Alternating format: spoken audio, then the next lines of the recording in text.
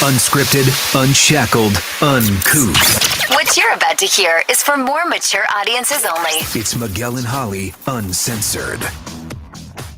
Hello, and we are here. Miguel and Holly Uncensored. You can see it happening live. We do it around 10:30, Monday, Wednesday, Fridays. Running a little late today, but usually you can see it on the Miguel and Holly YouTube and Facebook, or the Hits 96.1 Facebook.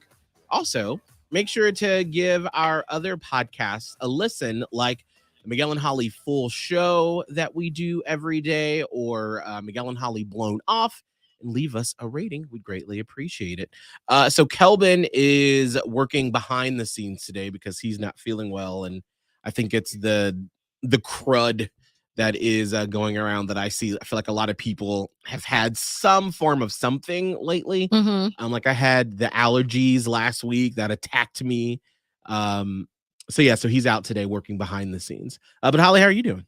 I'm good. I feel pretty good. I'm preparing for Auntie Pearl to come in today. So just getting myself ready for that. I see Kelvin is watching this podcast on Facebook, and he said, "Nah, you gave me this. I didn't give you nothing. You can't give allergies to people." And then Doe Eye said, "All poor Kelvin. My husband is sick too. This morning. Lou is checking in. Amy's checking in, and Shannon is checking in so far." Hey. So your Auntie Pearl is coming this weekend. No, this week. Or this week today. Yes. How does that feel? I'm nervous. And my cousin Heather, which is Auntie Pearl's daughter, talked to me yesterday, and we were kind of planning out because she actually didn't feel that great. It's not COVID. It's kind of like a head cold type of thing, which again, it's like a crud going around. So we were figuring out if she felt well enough to come, and she does. She's on the very tail end of it. So we were talking about it. My cousin's like, "Are you nervous?" I'm like, "Yes, I am. I'm very nervous. Yes, I am. Yes, I am." And she's like, "Oh, don't be nervous." And, she's like, she doesn't need to be entertained a whole lot. She takes care of herself. And I'm like, yeah, I know. But like, I blame my mom for like putting the fear of like, just panicky. I don't even know why I'm panicky. I think it's just leftover feelings from my mom being panicky when we would either get visitors or have to prepare for a holiday. And it's a lot of work to prepare for someone to come over. But like my mom gave me that extra little tidbit of like everything has to be perfect and you should have pre-planned for every possible scenario. And if you did all that, that's adequate. That's fine. That's just crossing the bar. That's the bare minimum. And so that's why I feel this like horrendous pressure of it's just not going to be good enough. I'm just not ever good enough. I'm never good enough. It's never going to be good enough. So I'm trying to learn to live with that. And I think the whole thing is backwards and wrong, but it takes a lot to like pull yourself out of that place, Well, so how do you start to do that? Because I think you realize consciously, as we're speaking, that your Auntie Pearl is not going to be walking around, looking at your dresser and wiping her fingers on it to be like, looks like dust to me. You weren't prepared.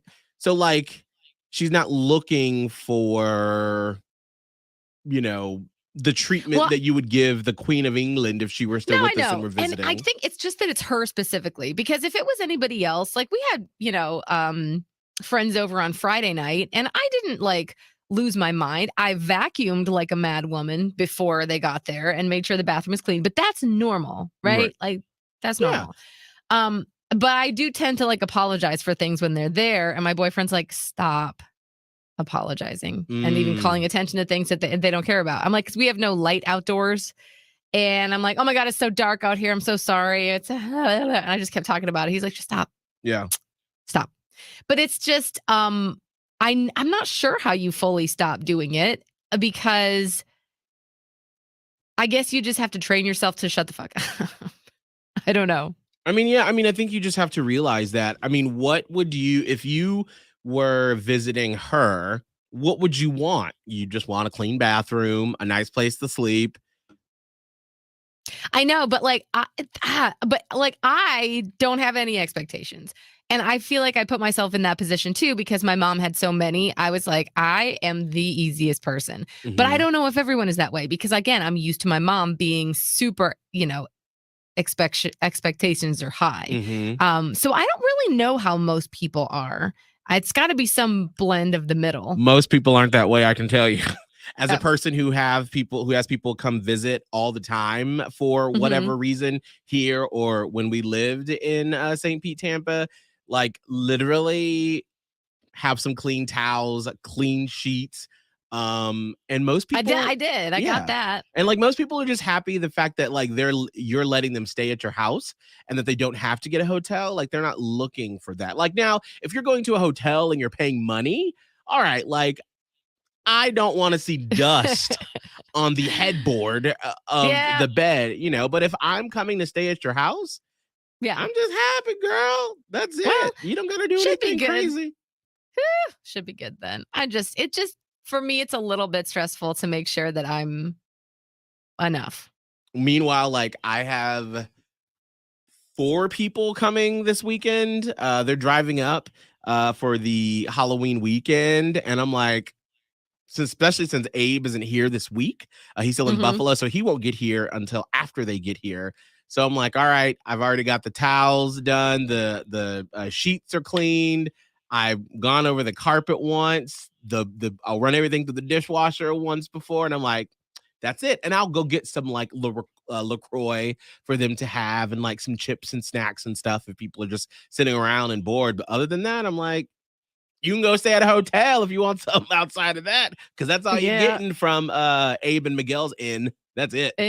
Yeah, no room at the inn otherwise. I am a very easy house guest, I feel like. So I try to put myself and be like some people must feel it's just because it's her. Like it's my Mhm. mom's sister. So Do you have anything I think it's planned specifically activities? her. Oh, I had to run out the whole list. I have a whole week. Oh, what all do you I have wrote down planned? every single thing day by day, including all the dinners. Oh. If we don't, how am I gonna? I would die if she's like, "Well, what are we doing?" I'd be like, "I don't know." And plus, like, my boyfriend gets a little like, because he has bipolar disorder. I think I've documented, and so Mhm. he does very well with routine. This has obviously thrown the routine out of whack. So Mhm. he's a little bit like, I don't know, like not the word agitated is not right, but it's like thrown his routine into a bit of a loop. So I'm like, Mhm. for everyone's sake, let me write down a schedule. So today I feel like we may have to take her to the grocery store in case she wants to pick up maybe she wants something for breakfast or whatever, Mhm. lunches. I'm not providing every meal, and I don't Right. think you're supposed to. No. And she's staying for the whole week. So I'm like, I think, she'll want to maybe grab a couple of things. I don't know. We're going to have to see my mom. And then I have dinner planned for tonight. And then tomorrow is potentially my boyfriend has to take her to the beach. Oh, okay. At first he thought I meant you got to go sit with her at the beach. And he's like, Uh what? I'm going to talk to her. What's going on? And I him said, and no, this just drop wait, her how off at old the is beach. she? 78? Yeah. So him and the 78-year-old woman just sitting on the beach. Hanging out at the beach. And have he they doesn't met even like the before? beach. Yes. They've Okay. met a couple times. So Okay. he knows. Okay. And but I was like tentatively beach because anyone that visits Florida, they want to go to the beach. That's Right. what you do, Right. right? So we're gonna leave that as a tentative, and then tomorrow night we're gonna have dinner at his parents' house, and then Wednesday is kind of like what is Wednesday? I think, we're going to bring my mom out of the assisted living facility memory care unit and bring her to the house for a lunch. Ooh. So everything is like ratcheted up a little bit because every part of this visit involves my mom. That's why she's coming. Mhm. So we're going to bring mom to the house. I don't know how that's going to go. Mm. She may flip out. She may not want to leave. She may be like, how dare you bring me out of what used to be my home? Whatever. We're just going to see. Does she And know that then- she's coming home? Not yet. Mm. She doesn't know anything. I can't tell her anything in advance. Like she stresses out about it and gets it wrong. And so I just got to tell her last minute. Mm. And then Thursday, my Auntie Pearl wants to go to Busch Gardens. Oh, to an amusement park. Yeah. And like I apparently have very much underestimated Auntie Pearl because and to my credit, I've been dealing with my mom for quite some time now, and she has been unwell for so long Mhm. that I forgot. I don't have a gauge for like what older people can handle anymore. It's totally skewed. Mm-hmm. And so when she said Busch Gardens, I was like, you want to walk around? It's a whole ass amusement park. Right. And she's like, I exercise. So I'm like, all right, we're going. So a surprise. I'm going to pull Maya out of school that day so she can come too. Ooh, that'll be fun. Yeah. And then Friday morning she leaves. Oh, you got a week in front of you. I know. That's why I feel like last night was a little bit like the calm before the storm. And we were just both, my boyfriend and I were both a little bit like, we didn't talk very much. We were just like, okay. Everyone's like, all right. It's coming. And I'm sure it's going to be fine. I'm sure it's going to be fine. But he's also got some stuff that he's taking care of, like some personal business that's very stressful towards the end of the week. So he's just like, I'm like, we're going to do this. I mean, it's going to happen one way or the other. So that's sorry, I just rambled about all that. But there's my life this week. No, that's just fascinating to me how different couples sort of prepare for that sort of thing, because Abe and I don't ever get super stressed out about stuff unless it's like a big deal, like something like a big party that we're throwing or whatnot. Like we're doing Thanksgiving in Florida this year, because after Abe does his charity bike ride from Miami to Key West, we're then gonna go back to Tampa and our house there that was on HGTV and like do Thanksgiving there. And like his parents are coming down, his brother, his younger brother and his girlfriend are coming. My mom, we're going to bring her down from Atlanta. And so I'm just a little nervous about this because we haven't gotten to really do anything in this house. And so I haven't cooked at all in this house. And you got a fancy ass spaceship of a kitchen. Girl. And so now I'm like, wait a minute, I'll be cooking Thanksgiving for the first time in this house. And I don't know what pots and pans that I left behind and what's still there. So I'm just like, oh, Jesus. So, like the microwave is like down in a place you wouldn't expect it to be. Like the stove is crazy looking. It looks like a spaceship. Yeah. So what I'm doing to sort of help with that is I'm delegating a lot of the responsibilities to other people to be like, all right, so you're in charge of this, you're in charge of this, you're in charge of this, because I don't want to be freaked out and then I don't have a good time and everyone else is like, is Miguel okay? Gonna look a little crazy. So yeah, so I totally understand that when it comes to like planning something really big like that. Yeah. But you know what? We will persevere. It's all good. I'm sure it's going to be good. And it is going to be, this is what I'm most excited about, is the fact that my Auntie Pearl's coming to see my mom. Like she hasn't seen my mom in like 2+ years. And especially after the hellacious year that we've had with her, I think it'll do my mom good. And I'm looking forward to that. And I think that, you know, I'm glad that someone in my family is coming to see us. Like I don't ever see my family. So I don't want all this to lose the message that like, I'm very excited to see her. Because it's weird. Like when you're the one that moves away from everybody, you tend to be like an iceberg. You're just kind of floating out, doing your own thing. And, you know, it's difficult. So I'm really glad that she's coming. Yeah, I felt that with my family in Atlanta. Like there's been a couple of things that have gone on that my mom will call me from, with like everyone has come together, which a really cool thing that happened after my wedding. So if you're new from the Charlotte fam, I got married in January and my family came down from Atlanta to Florida for the wedding ceremony. And it sort of like reconnected my mom with her brothers and sisters, and sort of as a unit, they've all come together. And so they've started like hanging out together and doing like game nights and stuff like that. And that did not happen. I mean, like all growing up in like the past, 20 years, Thanksgiving, Christmas, that's about it. That's when everyone would get together. And so now the fact that like they're having a game night and I'm like, what? But then it's kind of like, well, y'all have fun. I'm over here. I'm the one that moved away like, a million years ago and I'm still over here, but I'll see y'all at some point. That's what it sucks. And it sucks for Maya too, because I have a whole family that she really doesn't know. And it sucks. It just does. So, but like, that's why I'm very glad that at least in pieces parts, I'll get to see some people. Do you think that as Maya gets older, you will start to maybe plan more things where y'all go up to Ohio to visit family? Yeah, maybe. I mean, I'm not good at keeping in touch with people, but yes, I'd like to. I'd like to. And like I was doing a thing where I'd go at least every other Christmas to up to Ohio, but then life happened and the pandemic happened, and so the whole thing got thrown into a disarray a little bit.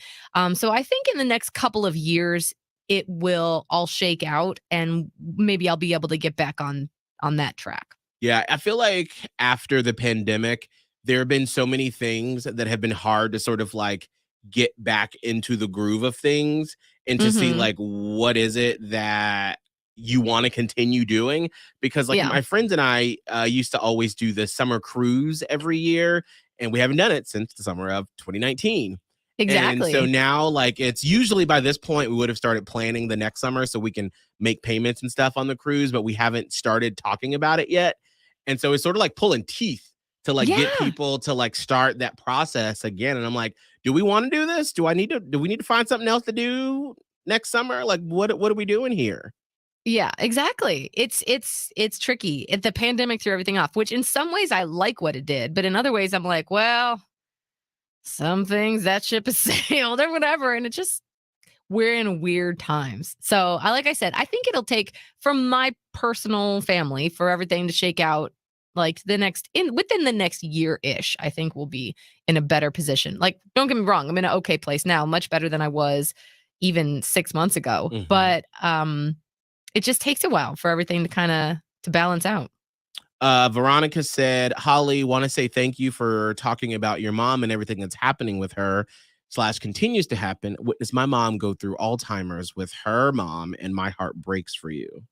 Mm, that's so tough. I don't know what it must be like for Alzheimer's because it's different. Like, there's such a dementia is an umbrella term for so many different cognitive behavioral disorders. Hmm. And so my heart breaks for you too. And it just, I'm in this caregivers Facebook group for people with dementia. And I'm willing to go out on a limb and say I'm probably one of the youngest people in there. There are some 20 and 30-year-olds that are in my same age bracket, like I feel especially bad for the 20-year-olds, and it's like Mm, their parent somehow. right. Just sucks. But it does suck because it's like it's that sandwich generation where you have a young kid, but you also have a parent that's going through either Alzheimer's or dementia. And Mm, it's just crazy. And the last time we visited my mom was Wednesday, and then we made a conscious decision not to go this weekend. We were busy, first of all, but also it's so heavy to plan the visit. And I do try to go twice a week. But I was like, since I'm going to be seeing her almost every day this week, I think we can hold off this weekend and mm. just full tilt this week. But the last time I saw her was Wednesday, and it starts out well. It usually does. We got there and we walk into the memory care place, and there's like a lady walking around with a guitar playing old songs, and she's playing Mm. an Elvis song. She's singing Blue Suede Shoes. My mom was sitting there having a ball. She's like clapping, she's singing. There is some other lady, and they all have walkers of some sort. Hmm. And this other lady was in the middle of the little living room area with her walker, and she was dancing. I'm like, that's gonna be me. Yes. That is going to be me. So she's got her walker and she's like blue suede shoes, and my mom is clapping her on. It's great. Well, I'm like, oh, I almost don't want to disrupt this. So Mm. we waited until the song finished, and then I go over to her. I'm like, hey. And then, of course, immediately she starts crying, Oh. which then I just feel bad always about everything. So then she's like, I never see you. And I'm like, no, I really did see you on Sunday. I just saw you, but she doesn't remember. So it's Right. fine. And then immediately she launches into everything that's wrong. Mm. So that's not the point. I'm not going to like rattle off this list. Although one of the things was she made me go into her room and lay on the bed because she said it slopes down on one side. And like, y'all, it doesn't. I mean, Mm. it a little bit, yes. Right. So if you're laying on your side very close to the edge of the bed, you might notice it slopes down a little bit. This is a horrendous problem. I'm like, I guarantee they're not going to want to replace a mattress because it slopes down a tiny bit. I'm like, Mm. And I almost feel like she is like there's never a lack of things to complain about. So I have to almost pick my battles because I don't want my mom to become the person that's always complaining about something, and eventually they get fed up and then nothing gets done. Right. Like you have to. So that's just one thing. But I in my caregivers group, I don't usually post. I usually just kind of lurk. But I made a post and it was I was like, this is sad. This is sad because I'll be honest with you. I don't know if I talked about this in here before, but I don't remember who she used to be. Mm. Like we've been through so much really stemming from 2017. Mm-hmm. We've been through so much since 2017 with her. I truly don't remember who she was prior to all this. And then sometimes I'm like, I do remember, but how much of what I'm remembering is not real life because of all the therapy I've done. I realize how truly traumatized my mom was, and like stuff that she may have done or said, or like the good parts may have been like fake. And so it's a very tough place to be. And I just also feel like I mourn her on a consistent, regular basis. Mm. And I feel like fuck this disease, Alzheimer's, any kind of dementia. No one would choose to live like that. Like, no one would choose to be like, you know what I'd like to do at the end of my life? Lose my mind and my personality and who I am as a human and just be miserable. Right. I'm like, obviously, like, I can't speak for everybody, but in my mind, death would be preferable to living in such self-conflicted and, nothing you can do about it, misery. And it just makes me so sad. But the good news is I posted about that in the group, and there's a lot of people that were very compassionate about it, and they're like, yeah, I feel like that. I feel that too. But it's not something you want to say necessarily. And I may have even offended somebody by saying it now. Mm-hmm. And I'm sorry if that's the case and it's not how you feel, then we just feel differently about it. But it's a weird place to be. So that's why, and I think I'm trying to make this full circle because I don't know how I got on this tangent. I think that's why I'm most excited for my Auntie Pearl to come. So there's a little bit of relief for me, and someone else can see this. It's just me and my boyfriend and Maya. Unfortunately, we're the witnesses to all this. Right. And like, I can tell the family what's going on. And my mom may put on a show because she can do that for short periods of time to be like, show she's fine. But for my aunt to stay the whole week to like witness what's happening, then it feels like validation for me, maybe. And you're not alone. The fact that like, I feel like once someone experiences that, because it's one thing when you talk to them every now and then to be like, hey, here's the update. But like, they don't hear, like what we hear when you talk about it, or, what you experience all the time with it. And so at least it'll make it a little more, what's the word I'm looking for? They'll feel the urgency of being able to like reach out just to be like, hey, do you want to talk about what's happening? Do you want to get something off your chest? Do you want me to come down and visit, another point just to take some, off of your shoulders? So I think hopefully maybe that will help in that situation for her to be able to like see that up close and personal, that maybe that'll get some other family members that want to come down and help, or at least give you some good thoughts and energy, or text or phone calls or something. So you're just not on this island by yourself. Right. Exactly. So anyway, sorry for that. No, but that's your life. That's what's happening. I'm not really sorry though, because I mean, like Veronica said, like, she's glad when I share. And I do know, like some people ask and some people are grateful that I am sharing these feelings, because I've had a couple of people reach out and they were like, thank you for putting into words what I wasn't able to, or what I'm feeling. So I'm glad to do that. And also it's another way that helps me process it. You know what I mean? And so it's just, I think the weirdest part about this whole thing with my mom is not the weirdest, plenty of weird parts.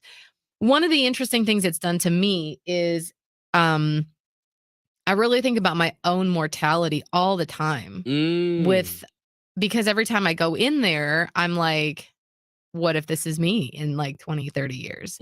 Or like my person, or, anybody. And so I try to make it into a lesson for me, but it's so hard because of the previous training from my mom, in which I have to care about what everybody else thinks and says and does and whatever. So it's hard to live that life of authenticity when you were conditioned to be a people pleaser, but actually how she has found herself now, I'm trying to utilize it for me so that I can take advantage of and be thankful and grateful for what I have now. Right. And I think that's so important. And I feel like a lot of us felt that during the pandemic in some way, of how Maybe so. quickly life could just change or be different, or you could lose a job or lose someone close to you. Yeah. And all of a sudden your life in the snap of fingers, it's completely changed.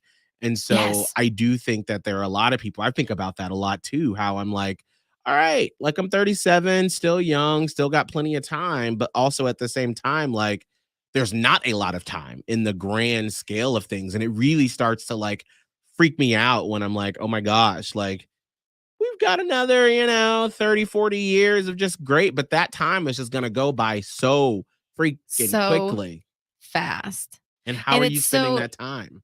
yes, because I see a lot of like, and I'm not angry about this. I'm not offended, but you often see like memes or funny things that are supposed to be funny where it's like two old ladies or two old men, and it's like they're doing something silly, and like the comment from younger people is like, this gonna be us in the nursing home, we gonna have so much fun. I'm like, you don't know, Mm, that's not what they do in nursing homes. mm. Like, I hate to be the Debbie Downer, like I said, I'm not offended, but like if you think that you're just gonna go be like twerking on the hot nurse in the nursing home, you're not. Mm.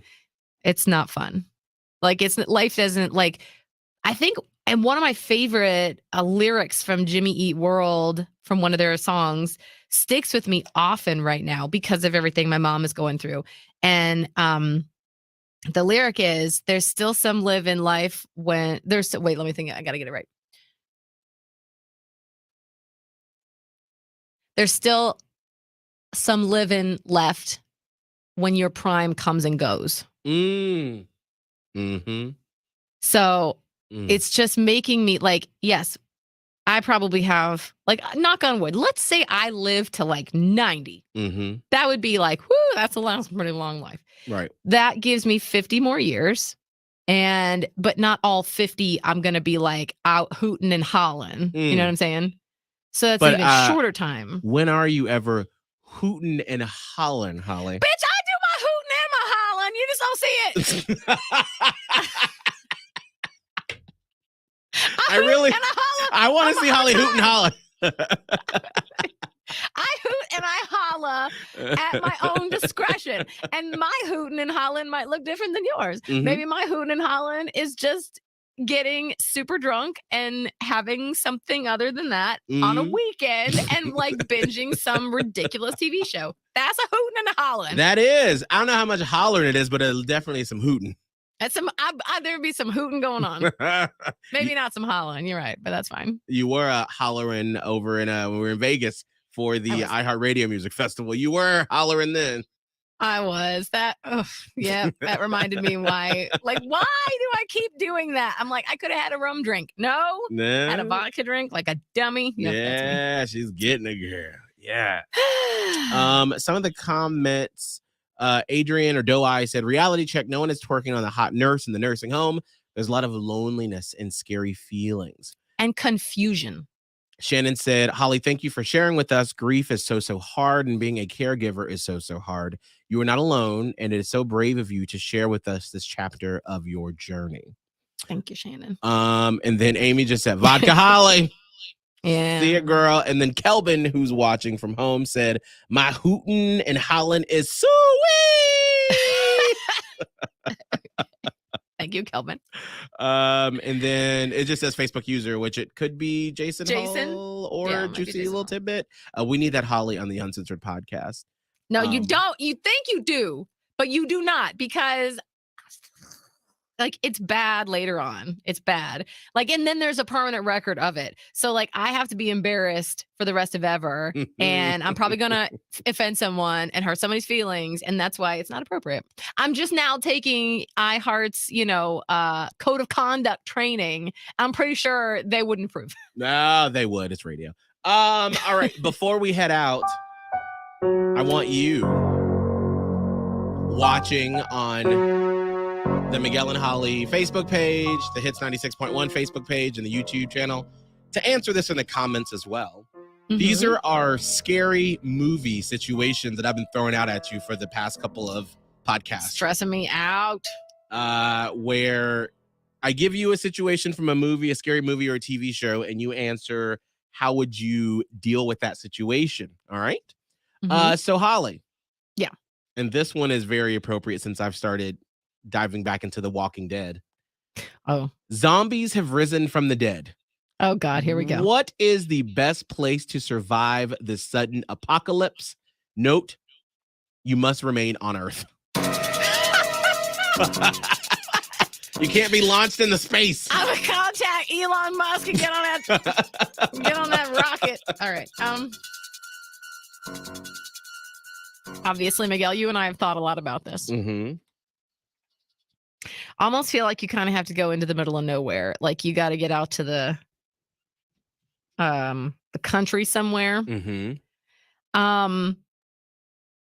Because I think I could get away from the zombies. Like I think I can do it after having watched The Walking Dead and multiple other zombie apocalyptic movies. I think I can beat the zombies, unless they're those super fast zombies from World War Z. Yes. Then I'm not sure about my capabilities. It's just whatever. But if they're like your stereotypical zombies, I think I can do it. But I have to get, I would get all my food and all my provisions and everything. It's the other people. And I think it's the other people in almost every apocalyptic scenario because humans are crazy. Mm-hmm. Mm-hmm. So I think I'm going to try to go find some home in the woods somewhere that's maybe abandoned. I don't know. I don't have a plan for where. Stefan said, just give up, girl. No, I want to try to give it. The older I get, the less I want to give it a go, by the way. It's exhausting. Let's see. Natalie said on the Appalachian Trail, you have many places to hide. Okay. That's sort of something I would do in looking at The Walking Dead. And sort of I dived back into it. And I think trying to find, so I'm trying to think of like in the Charlotte area, you have like the metropolitan, like Uptown, South End, NODA, like that, those busy metropolitan places. But so I'm thinking of like those outer little smaller cities in the country. Yeah. Where, in the next 10 years, it's going to be like this whole city of suburbia of the TJ Maxx's and the Publix's and all that stuff. Sure. Find one that's just starting and you get you one that has like a subdivision, sort of like in The Walking Dead, Alexandria, that you can fortify with a border. But then you still have things like you have to have a river, so you have water, right? Or have something like that where you can fortify the fences, you can have a perimeter, and then you can secure it, and then also build up for the living and for the dead that you can protect yourself. But this is all dependent on the fact that you're going to find a large group of people that's willing to work together. Well, see, here's the thing. At the beginning of the apocalypse, that's your best chance to like find a group of people that aren't nuts yet. But then, like, the longer that the apocalypse goes on, the you crazier gotta watch people for people. Yeah, you got to watch for people who lose their mind. Absolutely. So you've got to, like, jump into action. As soon as the first dead person pops up, that's when you got to start throwing your plan into place because things will just devolve from there. Well, Miguel, now that we aren't always in the same city, what am I supposed to do? So there are a couple of places that we could meet because I've thought about it. Okay, good. Because I'm coming. It's just me and Maya because I'm going to have to kill my person. He's dead weight.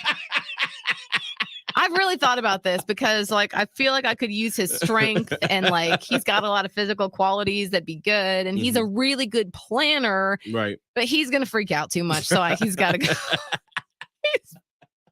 He's out. Gotta go, bitch. I Bye. think he'd be fine with it too. It's fine. Because he's like, because we've talked about. He's like, if you were to ever die, like I can't. I won't be well. I'm not going to be good. I'll probably die. No. It's fine. But he's like, but if I die first, you'll be fine. I'm like, how do you know? I need you. And he's like, no, come on. Like, don't pretend. Don't be nice to my feelings. He's like, you'll be fine. But if you die, I'm screwed. So we've agreed. Oh my gosh. No, whenever I try to talk to Abe about this, he's always like, shut up. Like, what? I'm like, but Abe, we need your skills because you know how to put stuff together. Abe. He will be protected at all costs. Yes. Like, he's handy. Yes. He knows how to build stuff, how to put stuff together. I really don't know what I would bring to the table outside of I don't know, entertainment. You got nothing. You're just, you got to figure something out though. Make a plan. You're extra person in case we need to punch people. I don't know. I better learn how to. I'm kind of handy too, and I can probably identify plants that might kill us. Maybe, I don't know. Well, I feel like I would be good at setting up a new political system or some sort of governing system, a council or something, because you're going to need those people to be able to figure out what's next for society. And so I feel like I would be good at that. You're already politicking. You're already doing it. You're trying to sell me on the fact that me and Abe should keep you alive so that you can be the government? No, I'm not the government. I'm helping set it up. I'm one of the founding people to help set up whatever is new for the subdivision. Shut up. All right, that's what I want to say. Listen, this is my only way of me being president. Let's see. Amy said Miguel is bringing that yummy chicken baked mac and cheese. We won't have any mac and cheese because we won't get the cheese from. There are no cows that didn't get dead. No. Shannon said Miguel is going to be the entertainment. Yes, because we won't have any music. We'll have electricity. So you need some sort of entertainment. Okay. Well, you can be the entertainment then. Kelvin said dirty. I could bring dirty jokes, fried chicken, mac and cheese. Okay. But he can't bring the mac and cheese. And in what oven are you going to cook it? No. I could do it in the fire. You could bake it in the fire. I guess you could, but that's a lot of work. You got to be. That's fine. I said you want to be a founding father. I do. I want to be on the new Mount Rushmore. I'll allow it. All right, here's another situation before we close out. And make sure to answer in the comments. Your group being stalked by vicious creatures has decided to split up. You have to pair up with one of them. Which one do you pick as your partner? The science geek, the jock, the cheerleader, the hoodlum, or the quiet pale girl? Which one of these people are you splitting up to with these creatures following you?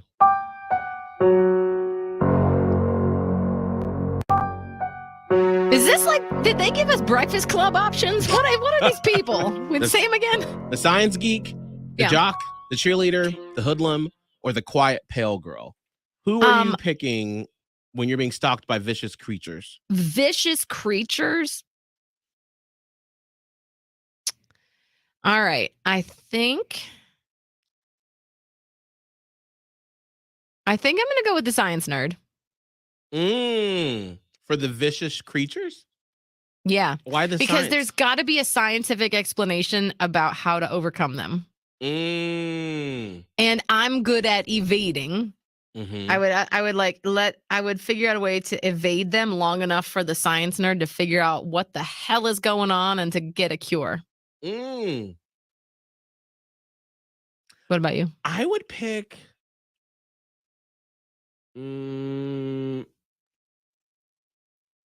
I want to say my first initial instinct is the jock.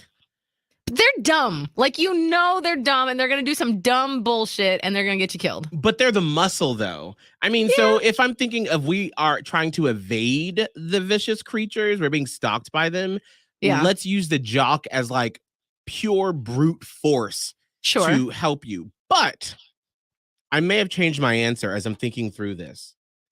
I kind of like also the cheerleader. Okay, I thought about the cheerleader. Because the cheerleaders that I knew growing up at Roswell High School, they weren't the stereotypical, like in the movie cheerleader that like isn't very, smart or bright and they're just pretty. Like these were smart girls on the cheerleading squad when I went to school. Who are also athletic. They are. And so not only are they smart and they're cunning, a lot of them got scholarships for it that paid for their college. And so they're very smart, very strong, very fast. And so I would want someone who's physically fit and very smart. So I think my answer is going to be, if they are some of the girls that I went to high school with that were on the cheerleading squad, I'm going to pick the cheerleader. Okay. Doe said Miguel just wants to team with the hottest people in the group. This is true. Valid. I'd rather team up with the science nerd or the quiet person. Alexis said quiet pale girl probably has like ESP or telepathy. I'd pick her. But we don't know that. You don't know. Kelvin said the jock because they always get his ass first, and then that's my chance to run. Mama.